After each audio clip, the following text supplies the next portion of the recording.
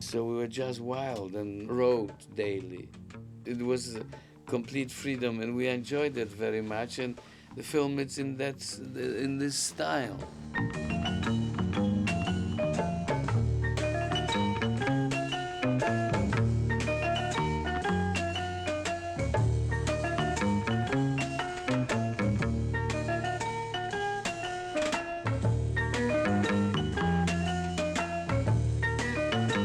When Kettelbach comes, it was already a screenplay which Roman and Gerard Brach had written, and he was hoping to have it produced. Kettelbach.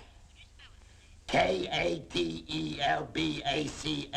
And we changed the title to Cul De Sac because the theme of the story was that the gangsters get themselves into a hole, into a cul-de-sac through their actions. But to myself, I didn't see it as being a commercial type of film. Oh, so it's not just a story? A story? Of course it wasn't a story. But yes, there was a film. Philip, you remember, we saw it at the Majestic. When we were writing the script, we simply wanted to create a movie that would reflect our taste in cinema. We didn't want it a cliché thriller. What was important was the atmosphere of the film and the characters. What are you doing tonight, baby? I'm going home to Mommy and Daddy. Your carriage awaits. One of the first that we got was Donald Pleasance. He was playing the theater then, so it was easy to see him. And I knew I had the husband. Are you sure you won't let me use my electric razor? I told you it tears my flesh. The problem was the gangster, this exuberant, big, strong type of fellow. It's difficult to come by in England and in Europe, I would say. It's sort of Wallace Berry type that it's frequently seen in American movies. And we were desperately looking when one night Gene Gutowski, who was the producer, called me and said, "Turn on your television." I turned the television. There were only 3 channels, if I remember, or 2. And I saw one of the stock shows with Lionel Stander. Yes, you lunkhead! Come on down, I won't eat you! So we went to see him, and Lionel was delighted to make the film. And keep your hands up or I'll let her have it. I'm alone. I'll count to 3. I'm alone, I swear. 1. Look, I came through the window. 2. He could never do it. We did tests for the girl. I remember quite a lot of young actresses. We also saw some models. We had a hard time in finding what we wanted. We found ourselves without an actress just a few days before the shoot. What are we going to do next? And somehow someone told us that Catherine Deneuve's sister is in Paris. And I say, oh yeah, my God, maybe that's an idea. We went to see her at the Connaught Hotel. What I remember from that visit is not so much our conversation with Françoise d'Orléac as the hustle in getting into the hotel, because Lionel had a cravat, a silk cravat, and his sort of pink jacket and silk trousers. He was dressed with incredible elegance, but the doorman wouldn't let him in because he didn't have a tie. And I remember Lionel virtually fighting with him and saying, "You idiot, the cravat was before the tie." Oh, I see. His lordship wishes to split hairs. Go ahead, Gavin. Help me move. I tell you what, I was free and I was asked to do a Bond movie because I wasn't sure about what Roman was doing.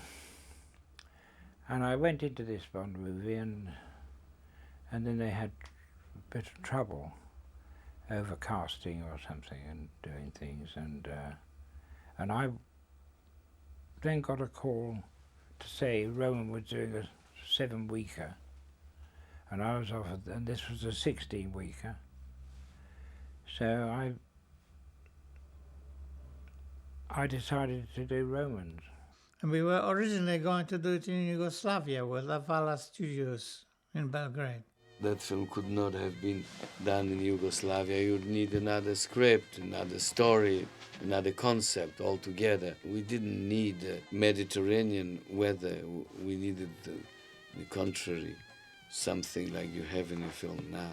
Lead, clouds, funny, strange light, etc. We only had very little time left before they decided to start shooting or scrub the film. So I went to Architectural Record Bureau in London and explained what we wanted. It was an island with a tidal road, and they found one.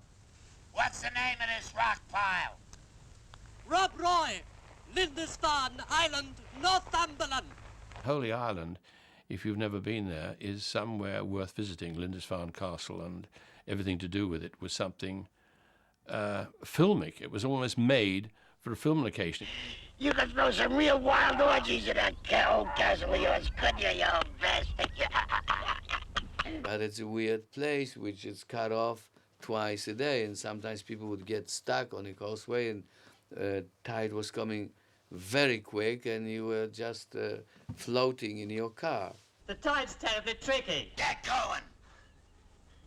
The tide was low, and we just went down the causeway, and we're absolutely stupefied by the landscape around us. And I said, that's fantastic. We must readapt the script because it wasn't written for a castle. It was written for a house.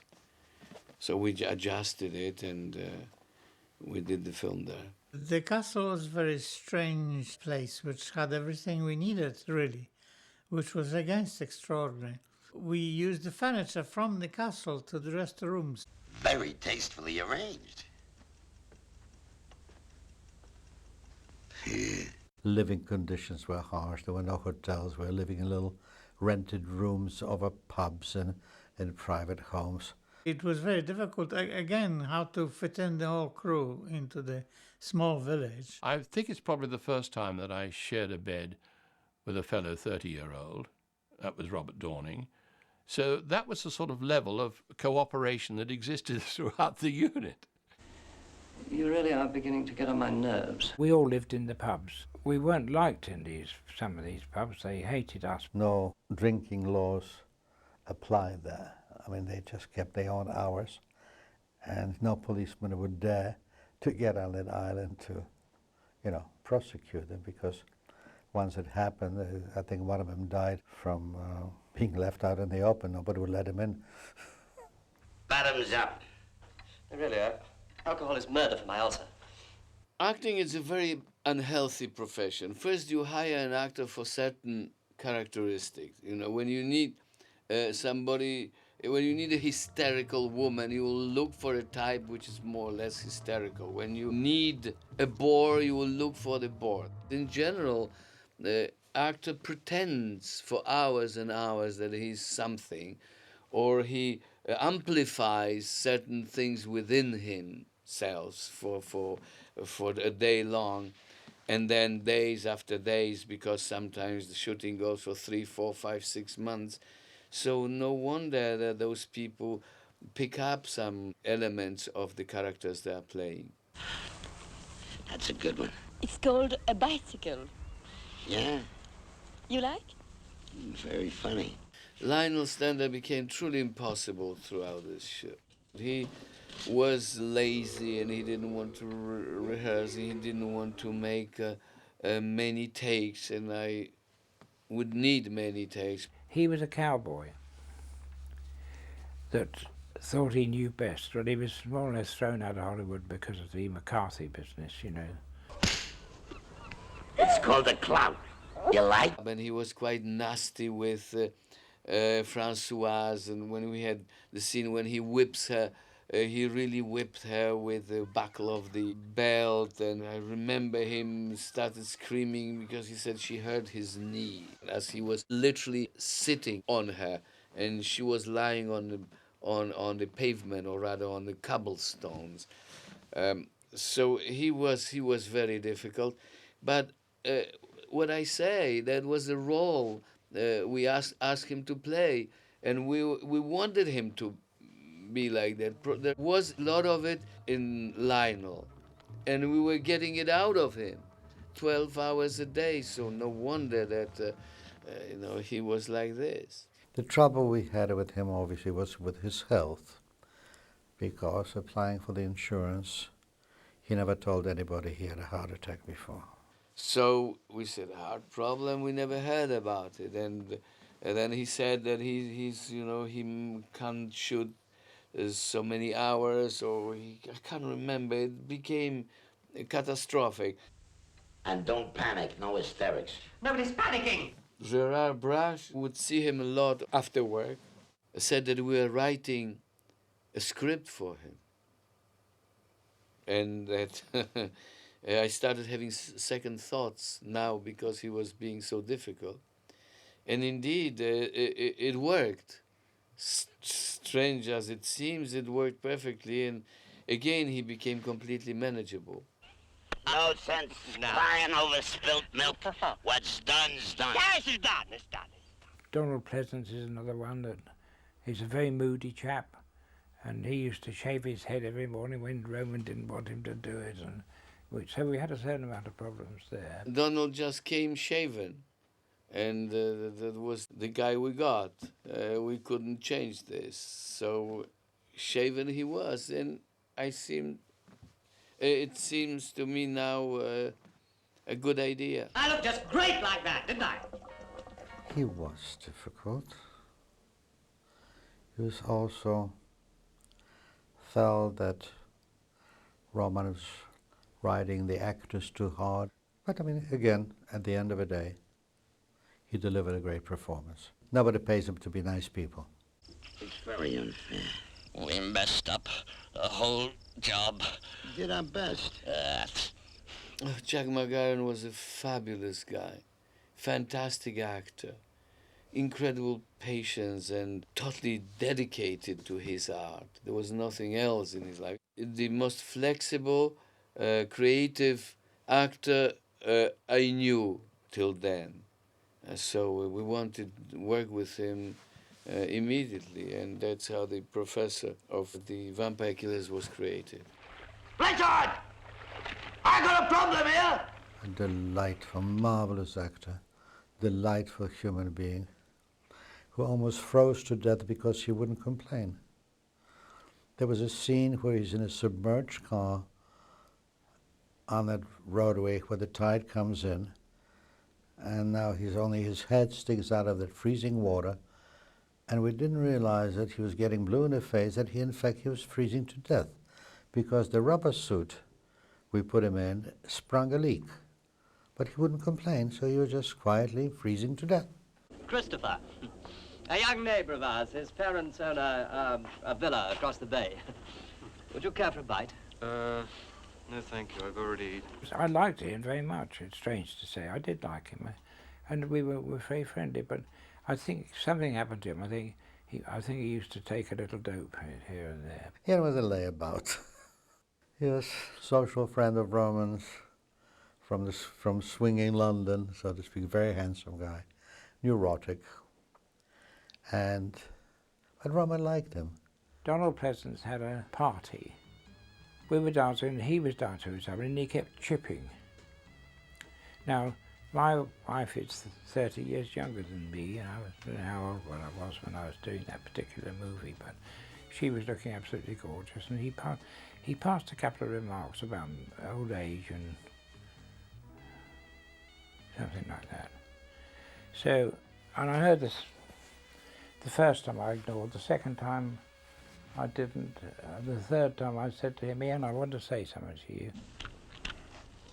Can't you understand that Madam doesn't feel like going shrimping with you, young man? And so I went through the swing doors, and there was a low wall there, and there was a drop of about 10 feet. So I said, you don't actors don't pass remarks like that to mature people like me, I said, because if you do, and I gave him a right uppercut, and He went right over the top. You're mad. You're absolutely mad. And Roman came to me the next morning and said, "Why did you hit Ian?" So I said, "I don't talk a bit too much," I said, "after dark." So he said, "Good thing. Does him a lot of good." Horace! Don't do this once! What? Do you hear me? He never aim a gun at people! No, the gun. Just let go! Roman was very demanding in terms of detail, and he's totally involved in film. For instance, there was a scene where Francoise put a paper between two battles of Lionel standards. What she used was, I think, Paris Match, which was among pile of prop newspapers we had. The trouble was that you want to reshoot this scene, and we had to find the Paris Match, and nobody had Paris Match. We had to send to Paris for it.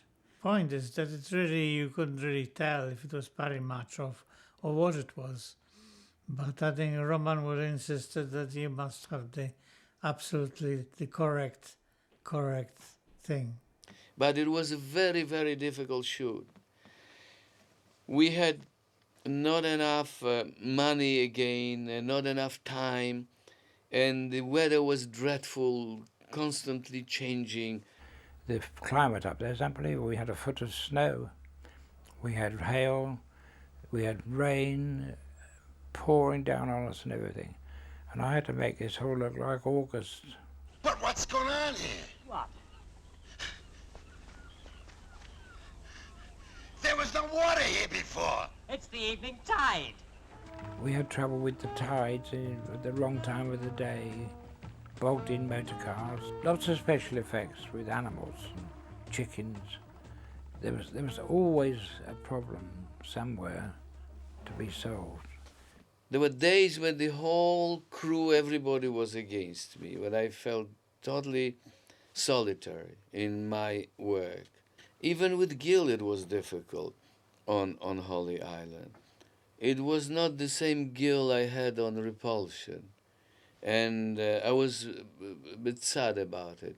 I don't think they followed me in the same way that they did on Repulsion. I don't think they understood the originality of the film, that they understood the concept of it. And you spent all that dough on it. Everything. Everything. I took everything I got. We had the same producers. They were still twisting Roman's arm all the time through Cul De Sac. But we did visit the set a few times just to see how things were going, just to give them encouragement and to make sure all was well. And I believe there was one time when Michael Klinger complained, quite rightly, through Grotowski, complained to Polanski about taking too many shots to get one scene. Roman, as soon as he saw Money Men, an allergy would develop. And the first time they arrived on the set on Holy Island, he saw them coming down the path and went, Bill, come with me in the car. And he had this Mini Cooper. And we got in the Mini Cooper. I said, where are we going? He said, we're going down on the beach to do tight circles. And I realized it was something to do with the producers arriving with the briefcases that made him think, I'm going to have people telling me I'm behind, the film is taking too long, or whatever it was, and that was his way of getting rid of his angst. They should have had the courtesy to have telephoned in advance. He had reasons for it, but we felt that if he goes that way right through the film, it's going to double the budget. The situation was becoming really very critical because we're very much behind schedule, and we still have a long scene to shoot, which would time about 8 minutes or so, and they could not calculate how much longer we will be on this Holy Island, and there was a completion guarantors and producers and Michael Klinger and Catastrophe. Shut up!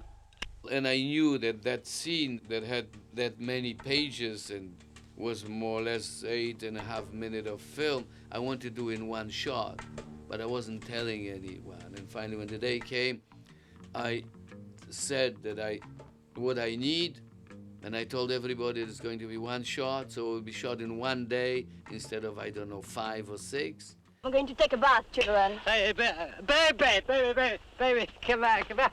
Baby, come back, you'll dry. In fact, Françoise couldn't swim. During that scene, she strips off and rushes off into the water, and there was a current running rather bad down there, and the water was freezing. In July we were in anoraks and gloves on the beach. Of course, what happened to her was we did 2 takes and she passed out on the 3rd take. And I'm madly signaling to Roman, forget it, you know.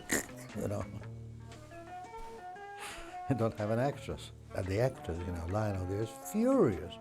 As far as I'm concerned, she could have died there. They were just furious with her because she ruined what they considered was a perfect take. Fortunately, there was a doctor among the onlookers on the beach. They took her out and pumped her heart a few times and restarted, so everything was fine. But I needed the plane to come across in the right time. And getting a little tiger moth to fly through that, over the top of these people. We've got the director and producer sniffing down your neck, saying, you've got to get this, we can't come tomorrow, you've got to get this. And my reaction is that unless you've got a helicopter, which you can time everything to a second, the chances of getting a tiger moth to do it are very remote. I rehearsed the whole day and got it all right, and then twilight came and we shot the scene and got it in one shot. And the plane came exactly on the cue when it was needed. Great take. It's another one of film history takes. Get in there. I'm leaving now, you understand, stupid? When I finished and we had to leave, and I was saying that there are things missing, we also had to have some shots done on the Holy Island. And after much fighting, I got a little crew to go and shoot something. I can't remember the name of the director of photography because Gil wasn't available anymore. But I had to show him the film so he would match. He saw the film, and I remember he told me, the film is not good, but of course those shots I needed that you required. I remember film. I'll never forget that when this guy told me that the film is not good. But I wasn't convinced that it was not good. I thought it was a very original picture. I thought it was a movie, that didn't look like anything else.